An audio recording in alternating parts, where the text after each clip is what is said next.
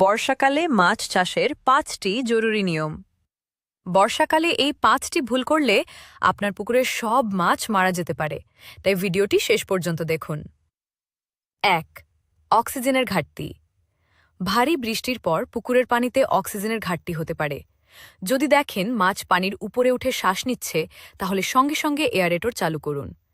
Aerator না থাকলে পাম্পের মাধ্যমে তাজা পানি প্রবেশ করান বা পানিতে ঢেউ তৈরি করুন। ২. খাবার কম দিন।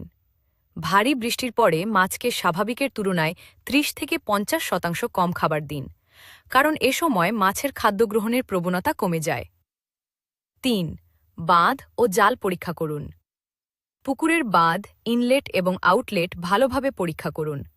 বৃষ্টির স্রোতে মাছ বেরিয়ে যাওয়া ঠেকাতে অবশ্যই শক্ত জাল ব্যবহার করুন। ৪. পানির মান ঠিক রাখুন।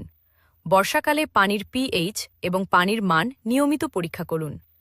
প্রয়োজনে কৃষি বা মৎস্য কর্মকর্তার পরামর্শ অনুযায়ী চুন ব্যবহার করুন। ৫.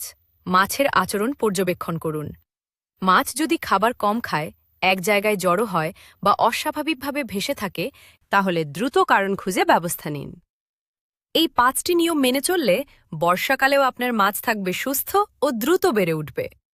মাছ চাষের এমন বাস্তব ও বৈজ্ঞানিক টিপস পেতে এখনই এমআর ফিশারিজ চ্যানেলটি সাবস্ক্রাইব করুন আর পাশে থাকা বেল আইকনটি অন করুন।